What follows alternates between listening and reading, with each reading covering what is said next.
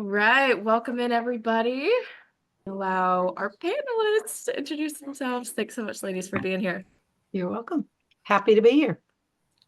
We'll have Miss Happy Julie to go be here. first. All right, I'm Julie Beck, and I'm the chairperson of the North Carolina Pickle Festival in Pickletown, also known as Mount Olive, home of Mount Olive pickles. Really briefly, can you introduce what your kind of philosophy is about relationships and partnerships?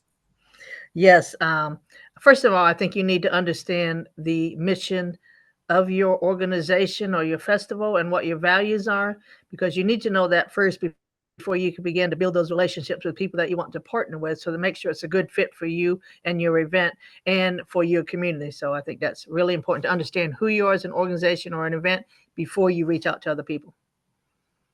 It's amazing advice. All right, how about Miss Tina?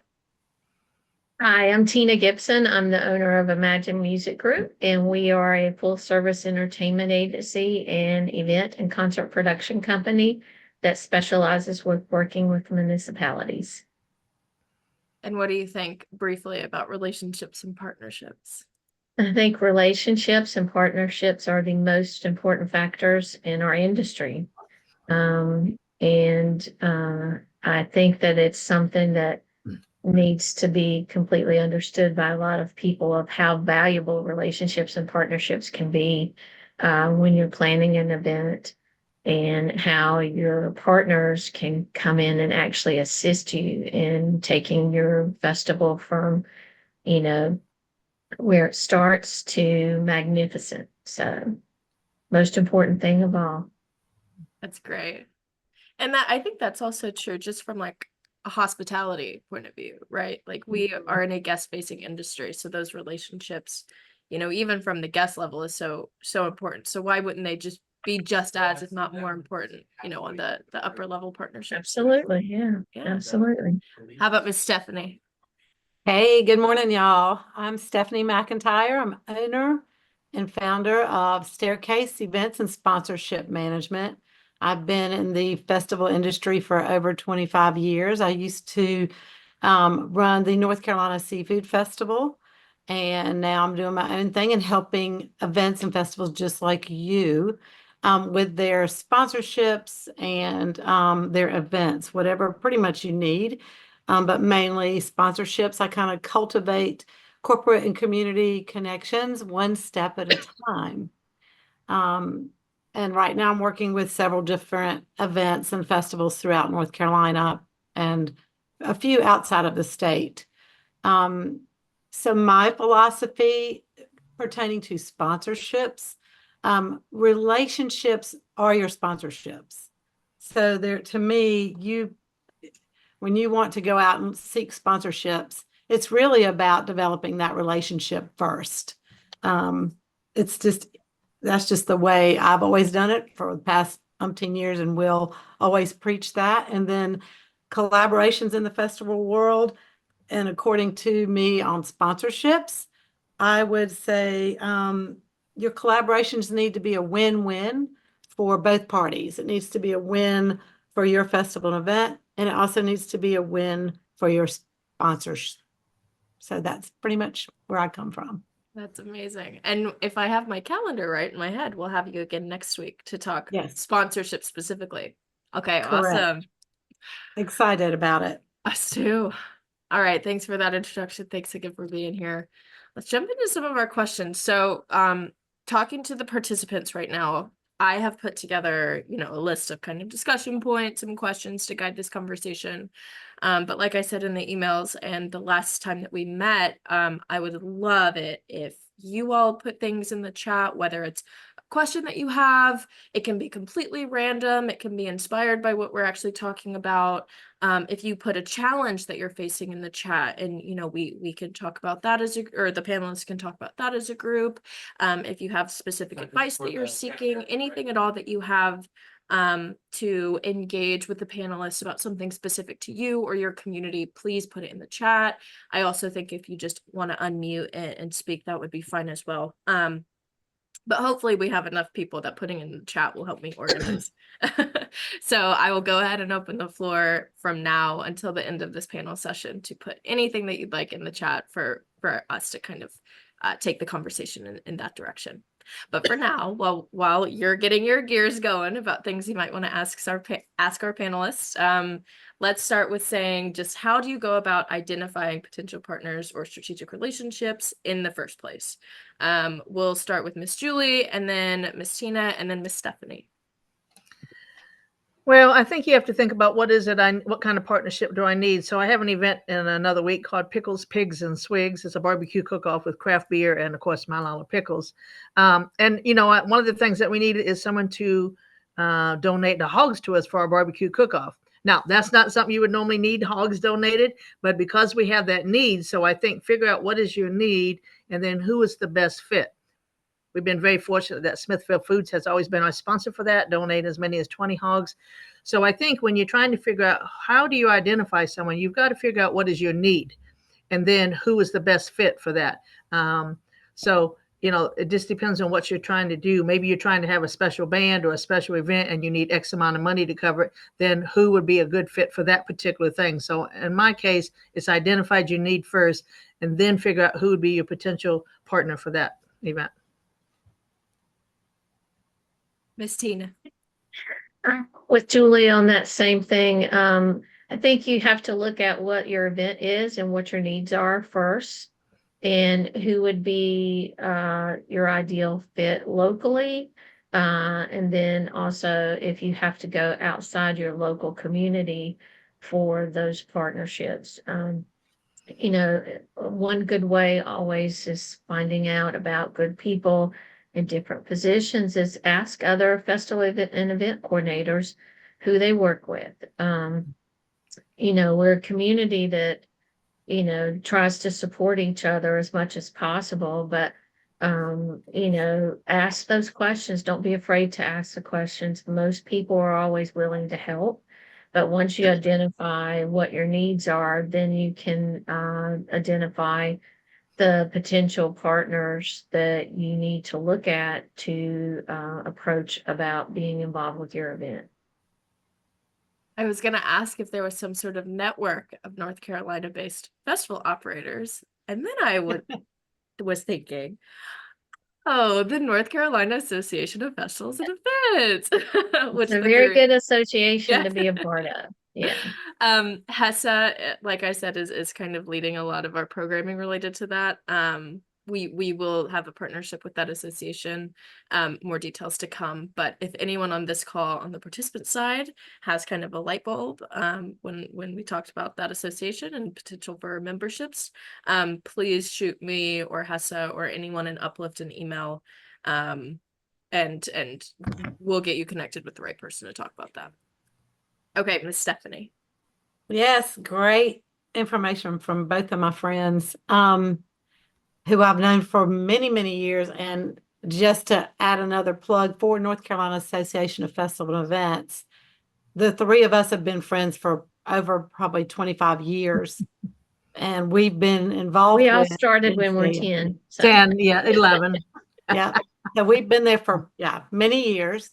And this is the type of friendships that you develop. And it's like Tina said, it's a great place to lean into one another and help each other. And like she said, if I need an ATM machine, I will call Julie and say, who's your ATM provider, which I did last year for the National Black Bear Festival that I was working with. I called Julie and said, I need your ATM person because there's not many out there. So we rely on each other for all types of things.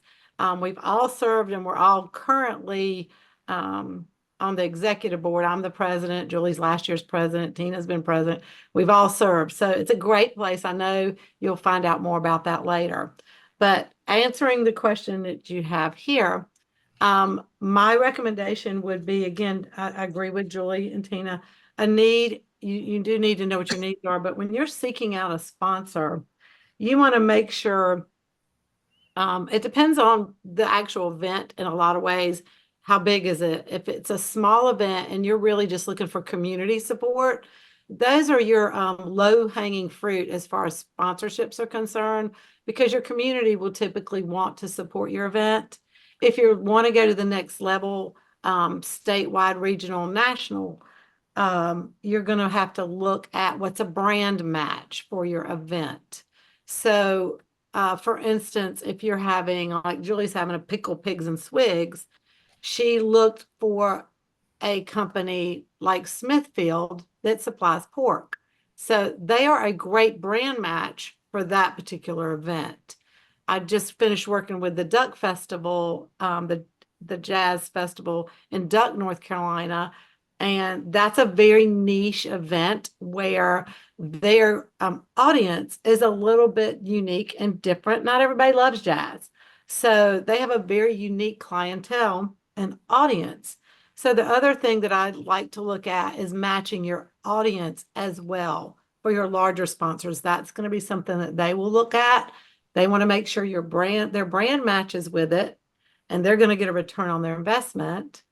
And the second part is they are going to look to see if there's an audience match. So if your event's mostly for women, you're probably not going to go out and get a beard groomer to be a sponsor.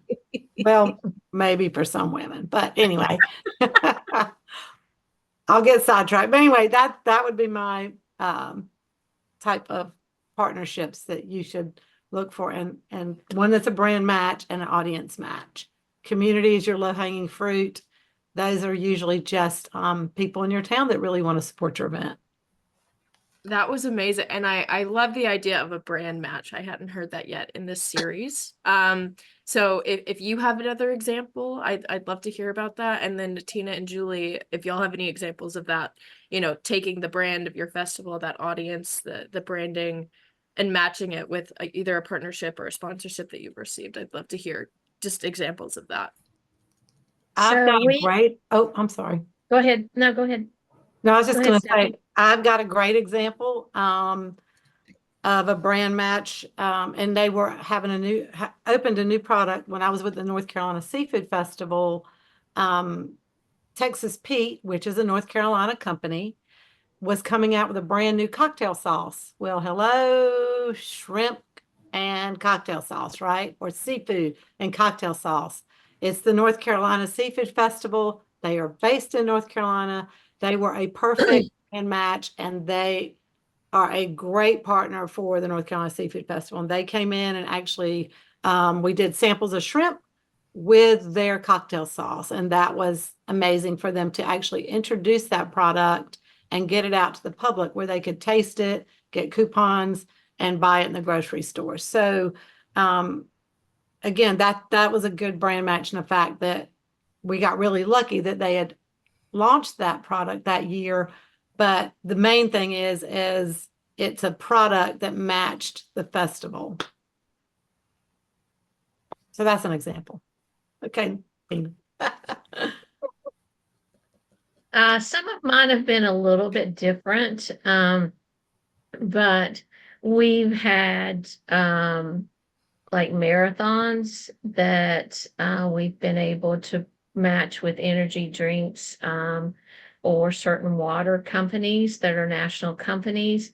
It really comes down to when you go, and Stephanie knows this better than anybody, when you're looking at a higher level sponsor, they're going to want to see a sponsorship package that shows them what they will benefit out of being a sponsor. It's not just for them just giving you stuff to help you out. They want to know how they're going to benefit and how their brand is going to be represented at your event. So those things like that require a little more work and a little more attention, but can be long-term very beneficial when you have a corporation like that partners with you and it matches their brand and what they're trying to accomplish with their brands.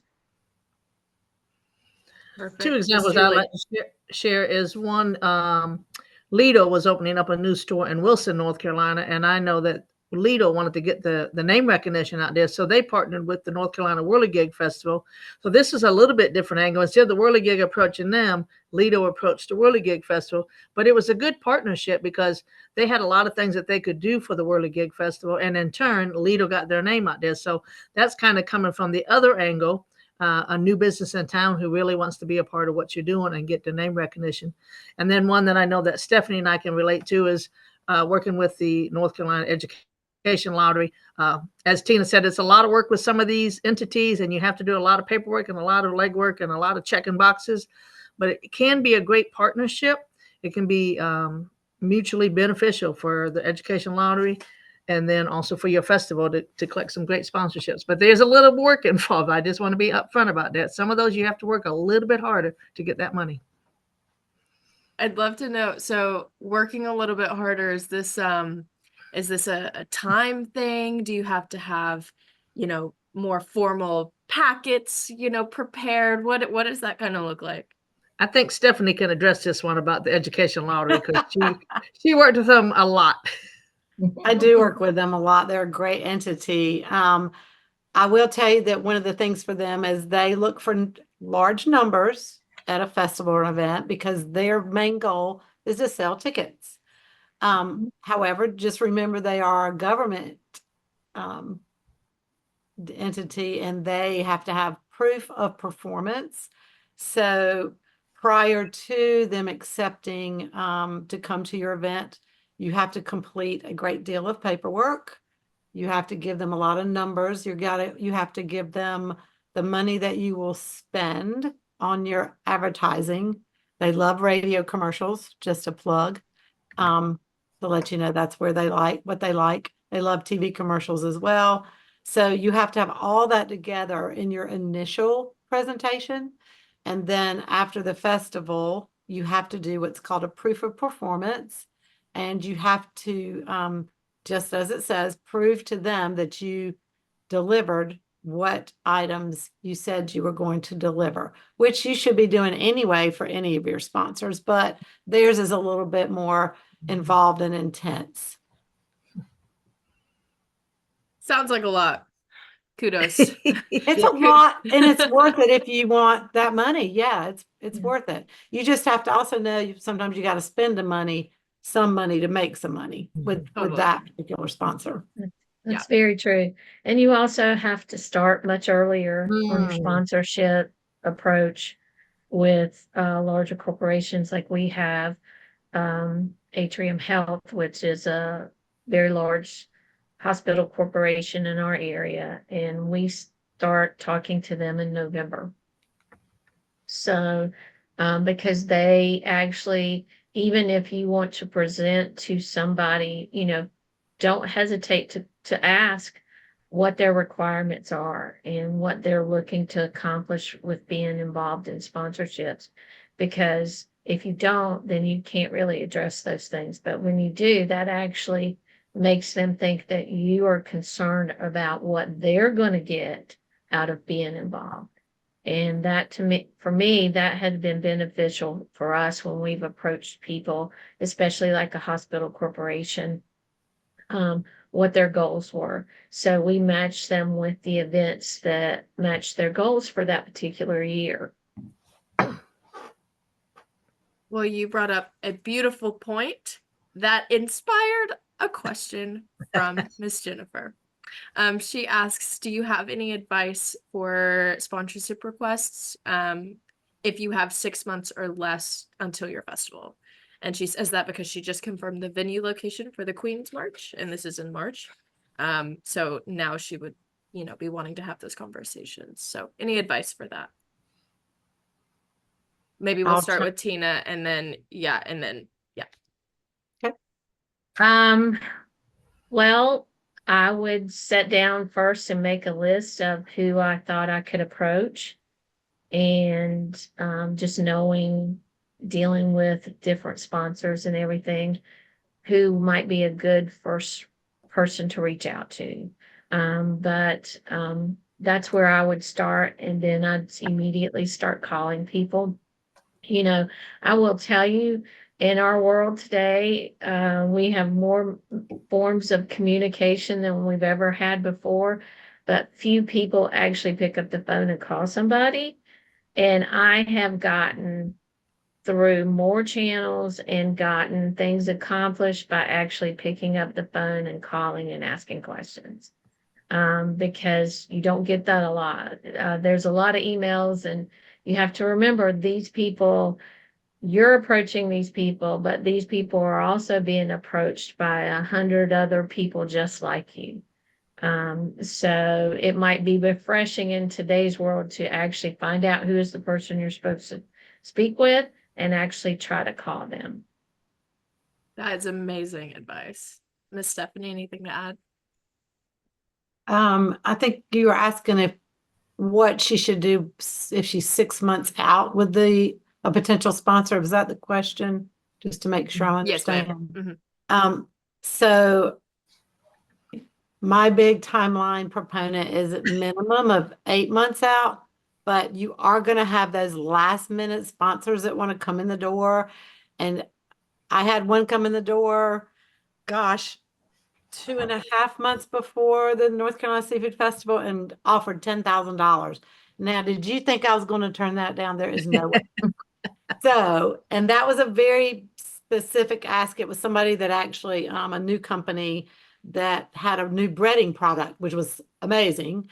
And they were not from the state, but they wanted to introduce it at the North Carolina Seafood Festival, which was a great match for them and for us. But you just make it happen. You go down, you sit down, and again, with Tina, agree 100%. If you can meet with them face to face, that is your number one way to meet and talk with your sponsors. But also a phone call is going to help you clarify a lot more and a lot faster time frame. I would certainly recommend a one-on-one meeting with them and clarify everything that you're going to deliver and clarify everything that they are looking for and the payment. And I think within 6 months, you will be just fine.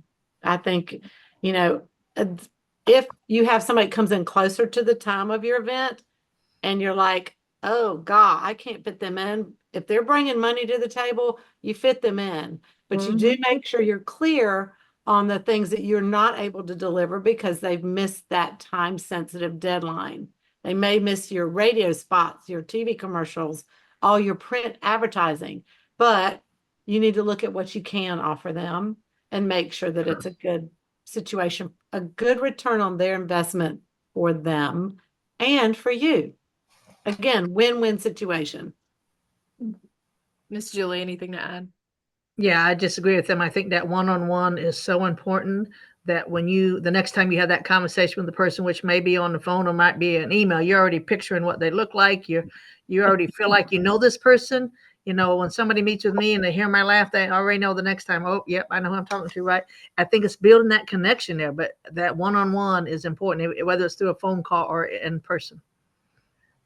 Great advice. And again, ties back to that just like hospitality aspect of the industry that we're in. Yeah, everything can go back to those things that mom taught us when we were kids, which was, just be nice and you care about every conversation you have.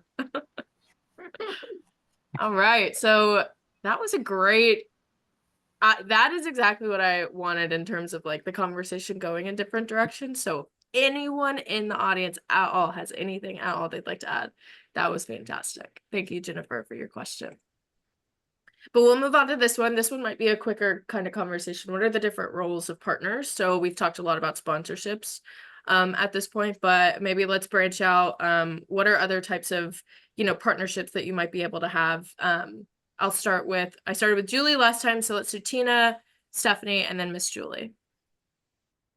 Okay, so what are the different roles of partners? So I think you have to identify that as well. Sponsorships, of course, are financial, but there's also my history, because I used to work in radio years ago. I depended a lot with some of the smaller events I started out doing on in-kind donations. And radio, believe it or not, even if you don't have a huge budget for radio, I strongly encourage you to approach them and have conversations, because your event may be something that they would like to have their name on. And it may be a community event, because nowadays radio had for a while got away from more community oriented events, and now they're actually looking to be involved in more of the community. And so you can actually approach them about doing, maybe I've got a budget of this I could spend with you. Could you match that in kind? Or could you have people on site doing a remote? There's a lot of things you could explore that would help not only advertise and promote your events, but also that don't cost you very much. Um, I'll give you an example. I used to do a national concert series in Rock Hill, South Carolina, which we will be starting again in 2025. But when it first started, nobody knew where the amphitheater was, and Rock Hill had not spent a lot of money advertising and promoting. So I set up a meeting with my client and myself and the marketing director of the radio station. And we basically negotiated a package which gave them a $10,000 in-kind advertising donation, promoting their events if they could be the exclusive radio sponsor for that season. So that ended up, once they got started with one concert, they came back to the plate and said, we want to do more. And they actually brought in additional advertising, and my client never paid a penny for any of her advertising. So those things I think are always, don't discount in-kind donations, whether it's a water company that's willing to donate, however many cases of water for your staff that's working. Don't discount in-kind, because I think in-kind is, what has been very good to me over the years. And it has helped, if you're smart about it, it has helped promote every event that I've been involved in. Ms. Stephanie, anything to add? Oh, absolutely. Y'all are speaking my language, so I'm all over this. Yes, you do have different types of sponsorships. You do have financial, you do have in-kind. Don't discount any of them, accept them all. But before you start accepting them, make sure that there are certain things in your package, your sponsorship packages, that are only cash only. For instance, you probably most likely will not want an in-kind sponsor for something that you really need to offset a heavy cost. For instance, fireworks that are very expensive. If you have a sponsor for that, you probably are going to want a cash sponsor. Not to discount the in-kind, but you just need to make sure that you need to look at what you've got to cover and how your sponsorships are used. Some people don't do in-kind at all, but I would, like Tina, emphasize that in-kind is valuable, but you need to put a value on it. So if they are going to come to you and say, I'm going to give you 60 cases of bottled water for your road race, what is that value? Is it a $10,000 value? Probably not. So you would not give them that level in your sponsor package. It might be more like a $250 value. That is what sponsorship, I would trade them out an equitable sponsorship for their in-kind donation, because they may high price their donation at a higher level, but it's really a little bit lower. So you make sure you negotiate that point and you're clear with them to start with, that if they're coming in and they're thinking they're going to get a $5,000 sponsorship for 60 cases of water, when it's really more of a $250 sponsorship, you need to make sure you have that clarified with that in-kind donation. The other real quick one I want to mention for promotion, don't discount your television stations either. A lot of times they will add in some added value commercials for you. Same thing with radio. They will also sometimes give you added value. So if you spend, I don't know, $600 on TV commercials, they may give you 10 other commercials that may not run at the prime time, but they will still run, if that makes any sense. Also, the TV stations love to have a presence in a community. So sometimes you can trade them out the presence with a booth space, and they will be there for the weekend, and they'll trade you out promoting your event. So those are types of things that are really easy to grasp and work with, but you do have to make those calls and those connections. So we have a couple notes in the chat. Thanks, guys. One of them that has to do with what we're talking about is from Miss Terry, where she asks, when you actually list out sponsors, how do you account for in-kind sponsors or partners? And I think you mentioned that, you kind of answered that already with, valuing it first and making sure that what you're offering is equitable. But if anyone has additional thoughts related to that specific question, feel free. So maybe Stephanie first, because you were just talking about that, and then Julie and Tina, if you have anything to add, jump in. I would just go back to what I was saying is you give them that level of sponsorship that's equitable to their donation. So if you have a level that's $250 and somebody pays you money for that level, you give them certain things like a listing on your website, a social media post, and a listing in your media, printed media. But if they're giving you an in-kind donation and their value is maybe $300 and you don't have a $300, you either bump them up to the $500 level or you bring them to the $250 level. But that's where the clarity comes in. You say, you're giving me 60 cases of water. I'm going to give you what I think is equitable. You tell me what it is, how much that cost you to the water person. What is that? Would that normally cost you to do that sponsorship?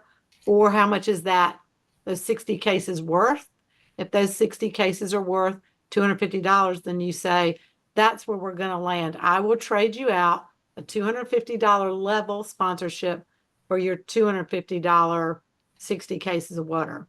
If they come back and say it's higher than that, you go with the higher. If it's in between, like if you have a 500 and a 250 and they're like, oh, it's 350, that's where the value is. Always go up. Just go up to the next level and give them that extra love and that warm fuzzy and hey, I love you and this is a great donation. Here's the other thing.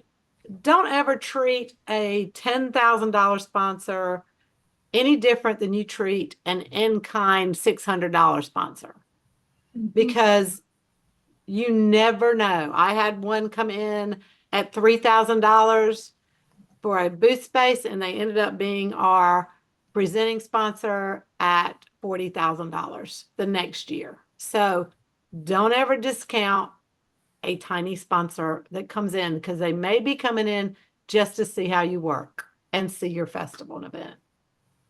It's awesome. Tina, Julie, anything to add on that topic? I Yeah, agree 100%.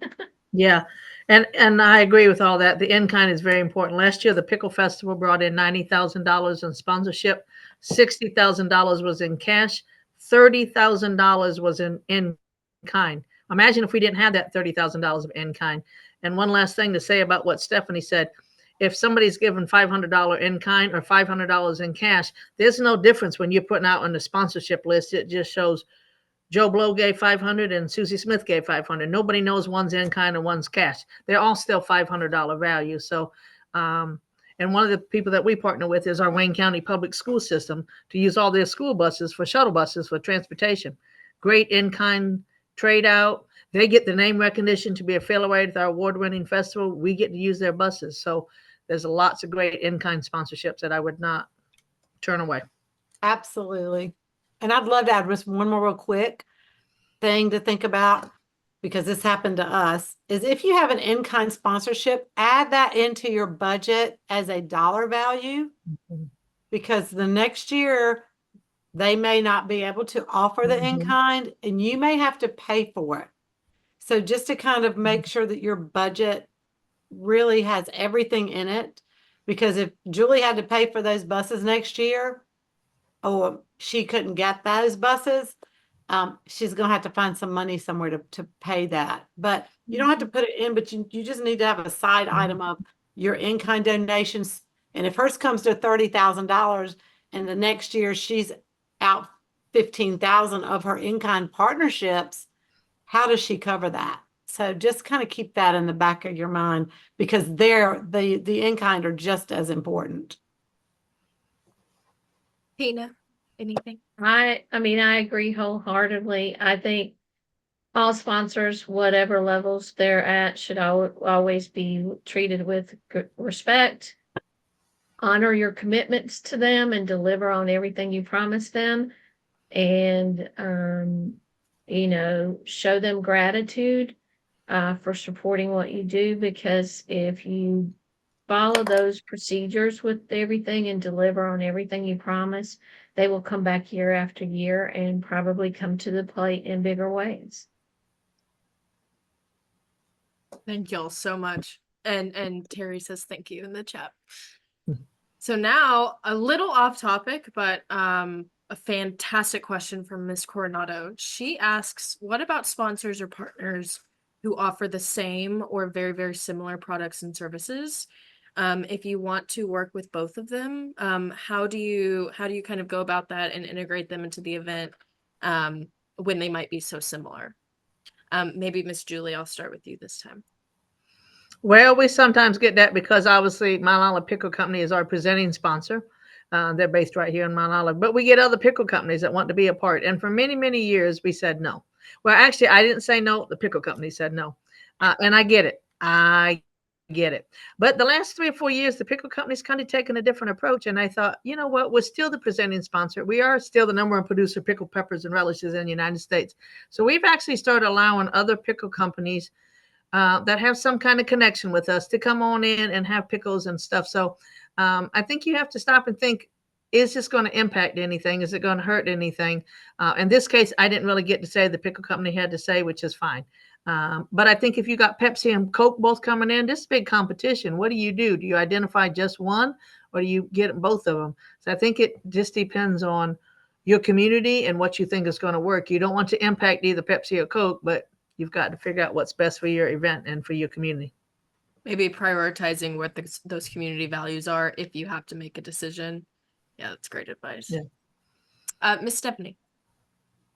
I actually had Pepsi and Coke. And I said, as long as y'all play nice in the sandbox together, we're all good. And was it at the seafood festival? Yeah, at the seafood festival. Oh, I'm like Julie, I don't see any conflict. A lot of times it drives one or the other a little bit more competitively. So you may end up benefiting from that little competition.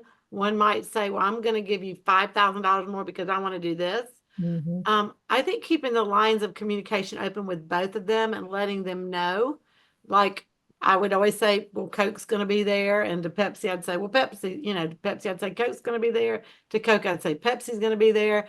They knew what they wanted to donate and do, and that was fine. So again, you just need to make sure you're open with both of those partners, because one might say, you know what, I'm going to opt out and let them have it. And that's okay. That's happened before too.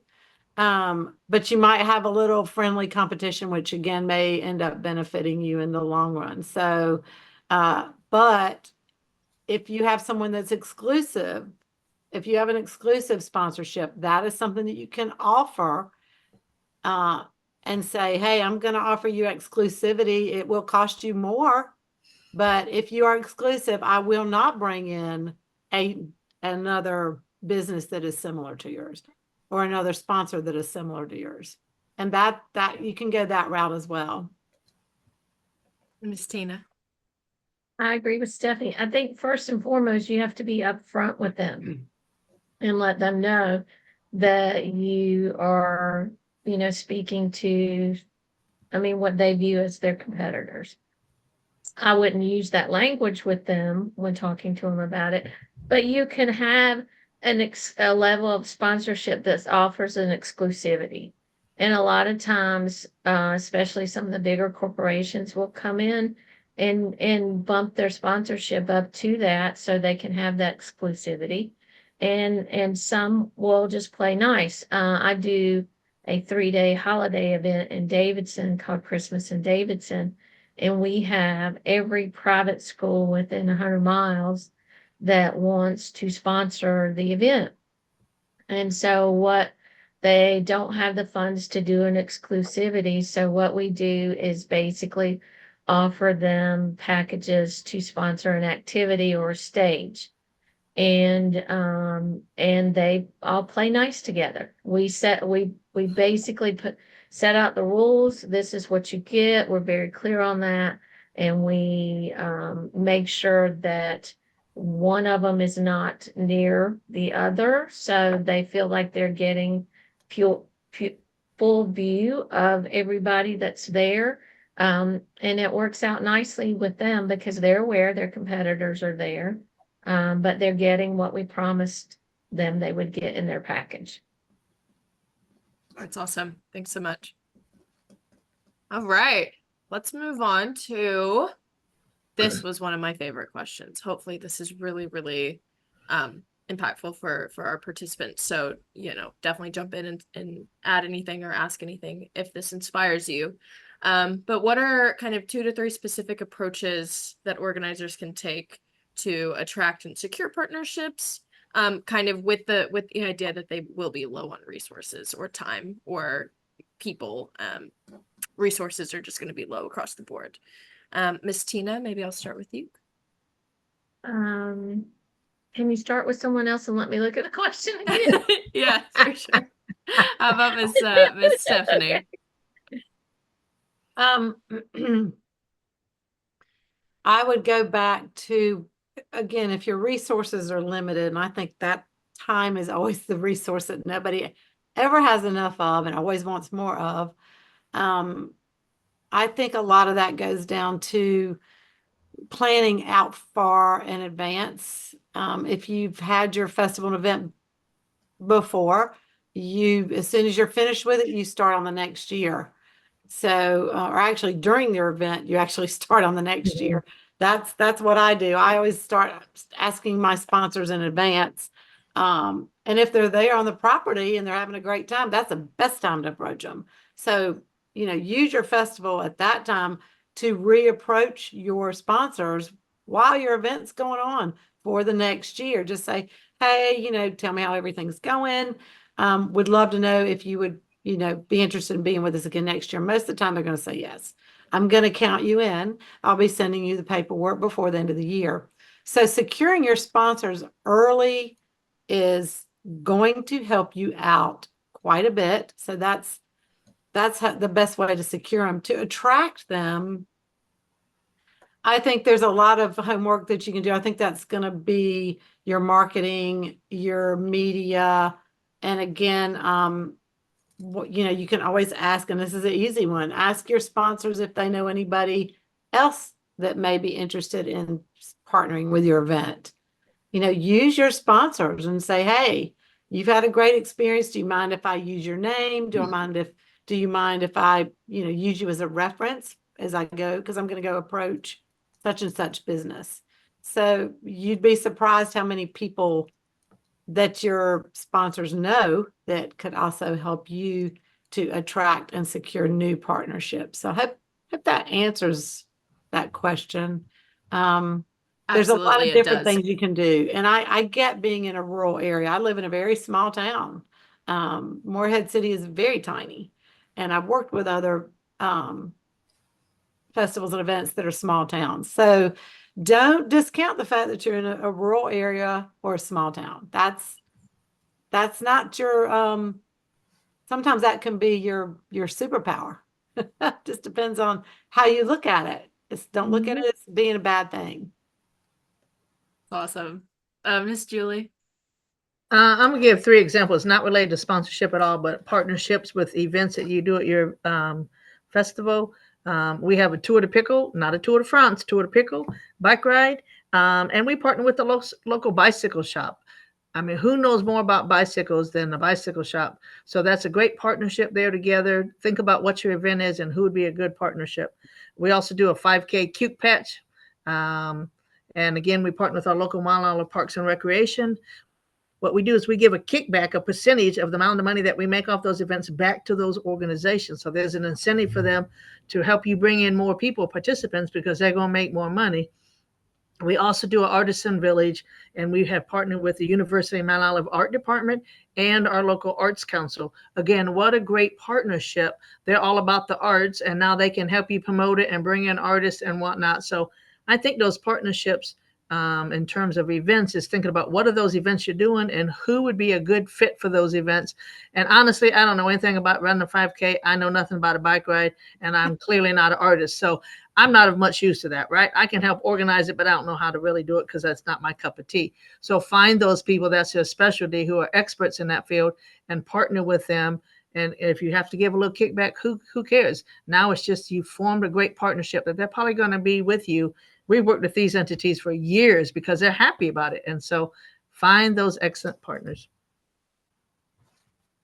Amazing. Miss Tina. So I would say too, fun, like I used to do, and still do, maybe some sponsors you tried to approach prior to your deadline that you could not get committed, invite them to the festival that year and say, well, we're sorry, we can work it out this year, but please come and be our guest. We, at one point, we're not doing it anymore, but we were doing Victorian carriage rides. So I would invite them and their families and give them a complimentary ride in carriage. And then we had a VIP area where they could go in and get hot chocolate and snacks and stuff like that. And then indoor private bathrooms, not a porta-john. And every single person that we did like that, the following year, they came aboard and stayed with the event long term. So I think there's creative ways that you could go after people. If you don't get them the first year, invite them out to the event, offer maybe some free tickets to one of the activities with your event. If you can't do that, if you can't do a VIP area, maybe make a fun little video and send it to them. I mean, have fun with it. Sometimes be silly, have your staff saying, we would love to have you as a part of our festival on video and make it fun. A lot of times those things stand out to people so much that it'll take them over that finish line. Oh, thanks. That's awesome. And just, yeah, the point about creativity is just always going to be so important. No matter what you're doing, if you're strapped for resources, just kind of thinking outside the box and getting creative, which all three of you touched on. So thanks. All right. So next question. Local government and tourism boards are going to be really, really important for most of the people on this call right now. So what is your experience working with tourism boards, local government? And then if you have any advice, with engaging community leaders to support maybe an up and coming or a small festival or event. So maybe Miss Julie, start first. Yes, so I am an ex officio member of our tourism board, so that helps. I go to many of the meetings, and so I'm very much in tune about what's happening, what's going on, and helping promote my event. And also we apply for tourism dollars, and I don't know how it works in every county, but we pay all the money up front for our marketing purposes, keep receipts, and then we submit it all. I actually have to go give a presentation before the tourism board, and then we get reimbursed for that money. So that's fantastic, whether it's for ads, billboards, social media, or whatnot. Also, we have meetings. The Pickle Festival has meetings with our local community leaders and our town administration several times in the planning process. And several of them we've invited to serve on our board so that they can't say we don't know what's going on, because they're on our Pickle Festival board. They're coming to our meetings. They're on our planning meetings. And I think that's the best thing to do, is be very open with your town officials, so they cannot come back and say we had no idea, because they are very much a part of what was happening and what's going on. And I think that's the best answer, is to form that great connection with your town board or your town officials and let them be in on the decision making, because that way they're gonna back you up and support you. That's awesome. Miss Stephanie. Yeah, this this is a loaded question in a lot of ways. Politics are not my thing, but but I'm sure all of you have experienced that if you are working in your community, you are going to have to engage with your local government, um, and all the politicians. But it doesn't mean you have to play their game, but it does mean that you do have to engage with them.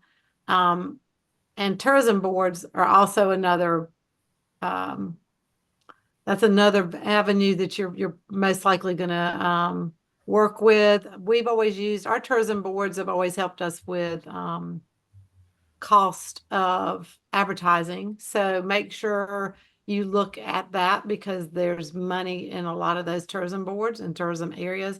And we're in a large, obviously being at the coast, our tourism is large here. So depending on where you are, that can have an effect on whether they have funds available for marketing. Engaging in community leaders, I would encourage you to network with them. So attend ribbon cuttings and anywhere that you would see them out and about. Make sure they know who you are and what your event is, and they will associate you with that when they see you. So I think it's important that you engage and network with your local government officials, your community leaders. And as Julie said, you make sure that when your event is ready, you meet with them before you even begin your event. I'm planning an event with uh, the Carter Partnership for Children here. They needed a fundraiser. We're going to do a Santa run on the beach. So you have to dress like Santa or Christmas, but it's going to be on the beach at Atlantic Beach, December 7th, if anybody wants to come. And before we even started, we put the groundwork down. But the first people we met with was the town of Atlantic Beach, the police, the fire, the administrator, the town council to say, we would like to bring this event to your city and this is what it's going to look like. And that I think is important. They know that we are going to communicate with them from the beginning to the end. And I think that builds the trust and the relationships, and they will support you if they're able to. And that in itself is an in-kind donation. So make sure you think about that as well. How about Miss Tina? So all I do is work with town and city governments, and then occasionally a tourism board. But they're kind of intertwined when we have meetings and everything. If you are producing an event that is your own, that you want to have within the community, or if you are doing one for the community, there is no getting around. You have to meet with them and engage with them and build rapport with them to get them to support your events. You know, my first meetings pretty much everywhere are always with local government or tourism board, and mostly local government. And you have, because there's so many factors that they have to take into consideration with police and fire, public works, with cleanup, everything like that. But they also, each town and city also have a view of what they want things in their communities. And so you have to show them why you feel that this event is good for their community. And I think that that's really important. But like Stephanie said, you have to really get to know them and you have to make a point of doing it. Go to council meetings, speak with them after the meetings, just saying hello and reintroducing yourself each time. You're building a relationship in our business, whether people realize it or not, but our business and most business is built on relationships. So communication is key to everything that we do. Thank y'all so much. Okay. Here's a fun one. Can you share an example of a successful partnership that has helped either elevate or benefit one of your festivals and events? Let's go Miss Tina first. Um, I would say, our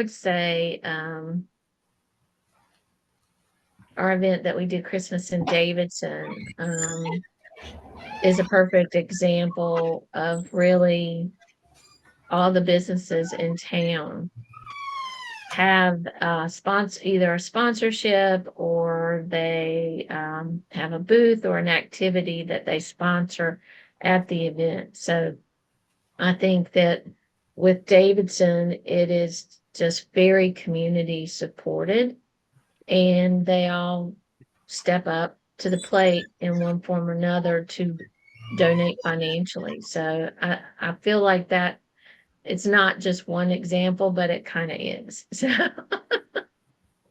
No, I think that's amazing. Thank you. How about Miss Stephanie? Um, I would say one of the biggest one example is we had Challenge Butter come in, and they are mainly on the West Coast. People are not familiar with Challenge Butter here. They are now, but when they came to us,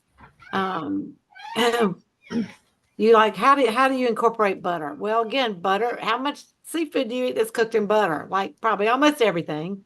I love shrimp pan and butter. I love fish pan and butter, scallops and butter. So what do? You've got to figure out how to make that partnership successful. And so what we did is we built out a cooking stage where everything that was cooked in, guess what? Challenge Butter. And we gave them a whole area of the festival. We gave them a deck that was over the water, which made a great backdrop. But it was just everything on that deck. You could get free samples of seafood cooked in Challenge Butter, and you could get coupons. And we have people wearing their cow supported aprons, things like that. They gave out things that were all relative to Challenge Butter. So I think that was a really great partnership that elevated not only their sponsorship, but also our festival goers loved it because they could come and by the stage and get free fresh cooked seafood and Challenge Butter. So a lot of times it's sitting down again and making sure and seeing what is it they're looking for. How can you make them happy with their return on their investment? But it also needs to be something that's going to work well for your festival and event. And it may end up being something that's going to be great for the attendees as well. Thanks so much. Mm-hmm. Miss Julie.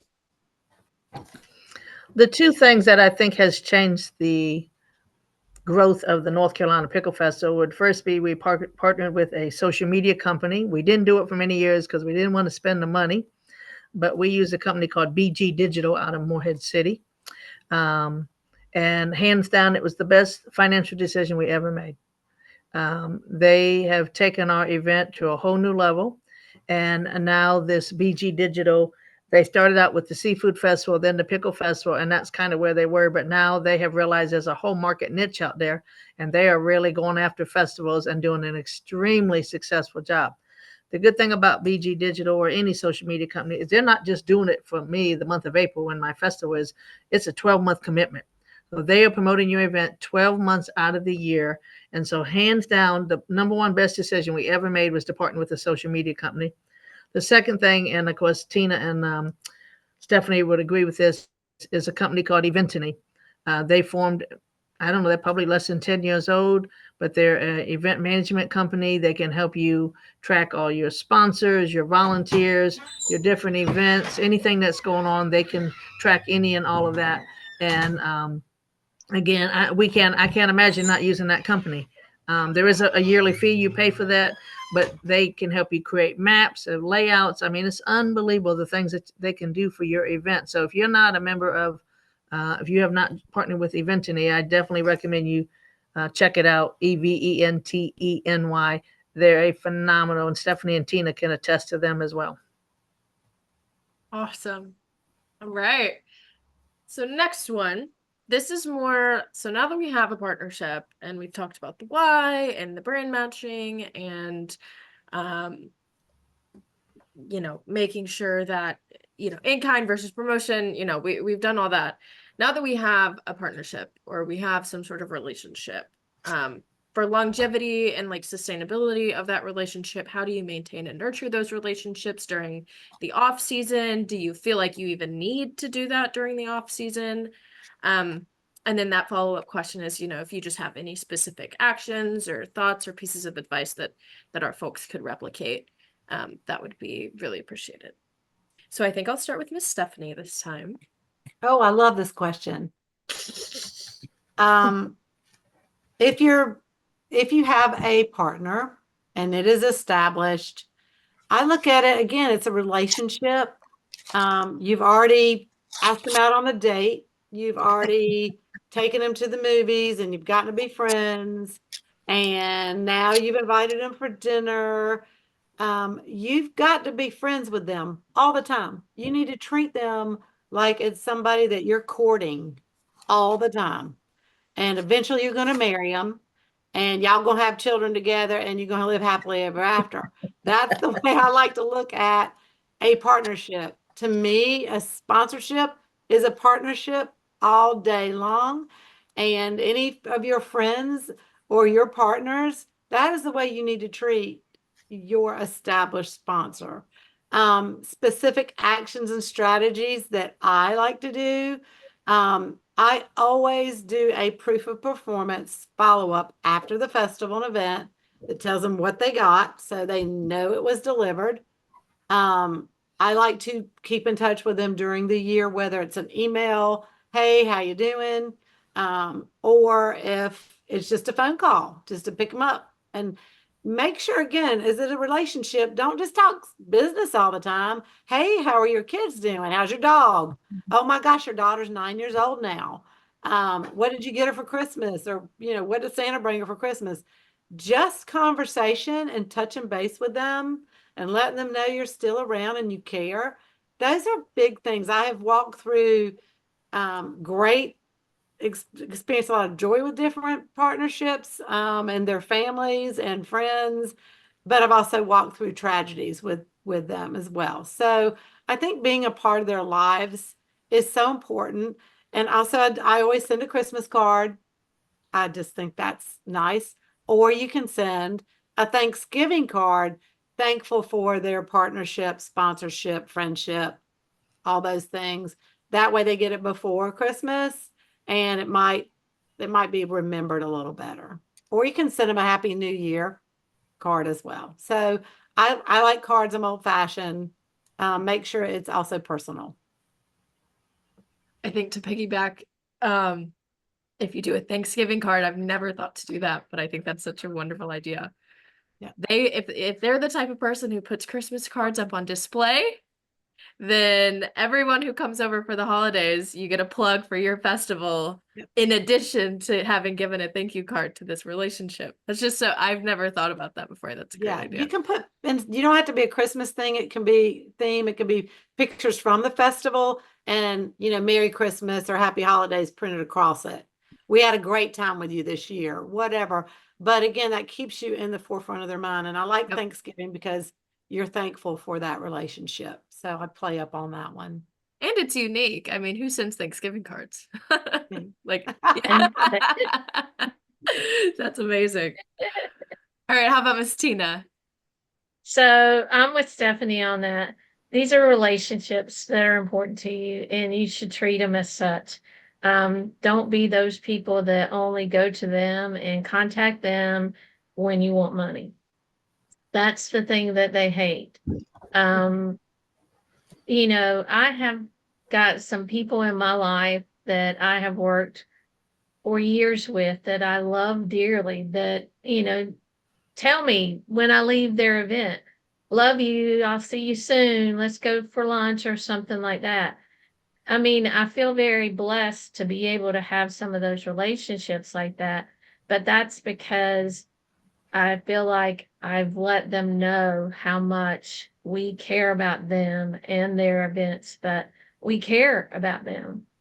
We've had, unfortunately, some people that have had family members that have passed, and, I immediately call them because I've had that happen in my life. And just sometimes to get a message or a call from somebody means a great deal, especially somebody they might not expect would do that. We send out birthday cards. We find out their birthdays early on and send them a birthday card or flowers on their birthdays. Just unique things, but be a part of their lives all year long, not just when you need money from them, and let them know how much. And it needs to be genuine. If you really care, let them know that, um, because they value that. I'm very blessed to work with a lot of wonderful people, many of them that have been clients with me for, 10, 15 years. And we must be doing something right, but honest to goodness, it's one of those things for me that I genuinely care about every single one of them and genuinely care about their families. And we want their events to be successful. And they end up having a trust in you that is like a friendship, and I don't think there's any better gift than that at all when, you work with people that have that trust in you like that. So, I mean, I'm with Stephanie on all that. It doesn't take much to send a card, and don't always do it by text and email, just actually send a card. Put it in the mail. Those things like that have a bigger impact with people than you realize. Thanks so much. Miss Julie, anything to add? No, how are you going to overcome what Stephanie said about dating and marriage? Forget it. I'm out. But no, it's that one-on-one connection year round that's so important. And again, it's not always about the money, it's about the relationship and being authentic, not just being fake, but authentic with these folks. Yeah, that's amazing. So action step, send a card, be genuine with what you do. Wow, that's amazing. All right. So next question. I know we only have about 15 minutes, so we'll try to fit in one, maybe two more. So this one I think is really important. How do you ensure that your partnerships that you create reflect the needs and values of your local community? And this is, incredibly pertinent to the participants on this call because their communities are small, very tight knit. Every person in the community wears 80 more hats than I even realized existed. So I think this question will be, hopefully we can fit one more in, but if this is the one we end on, I think that's fine too. So Miss Julie, how about we start with you here? Well, again, I think it goes back to the first question we have. You've got to know about your event and you need to know your community. I'm also our Chamber of Commerce president, so I'm interacting with business owners, community leaders, town administration. So I feel like I have a real handle. But if you're just an event planner and you may not have those connections, I think you really have got to figure out what are the needs and the values of your local community, because you can't do what you need to do if you don't know that right off the bat.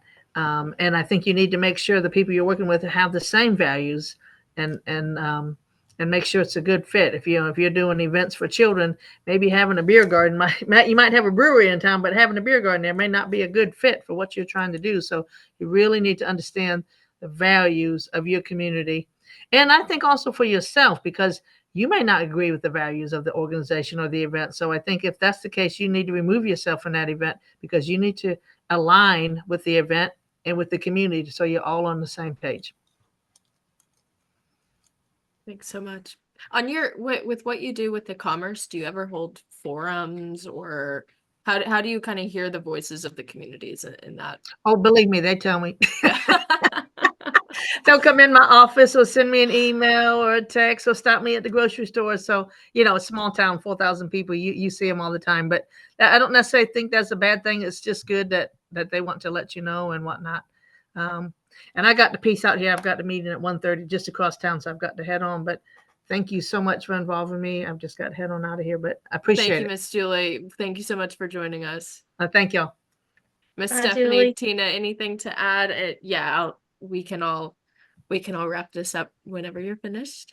Yeah, I would think love- you have to know the community that you're bringing an event to, whether it's a self-produced event or one for the community. You have to understand the vision that the leaders have for the community and understand what people that live there also want. And they won't hesitate to tell you when you have an event. They'll come up and tell you. But I think it's really important because you want to honor the place that is allowing you to have the event and that are supporting it. You want to allow their views and vision for their community. How about Miss Stephanie? Anything to add? Nope, I'm on board. I think I think Julie pretty much said it all, and Tina. I've stepped in and worked with LaGrange, North Carolina, and like I said, Duck, and they're very small towns. Like I said, Moorhead's a small town, and I think again, you need to know the values of your local community. And I also walked into Plymouth, which is a very tiny town, and the big discussion there was alcohol. Do we do alcohol sales? Do we not do alcohol sales?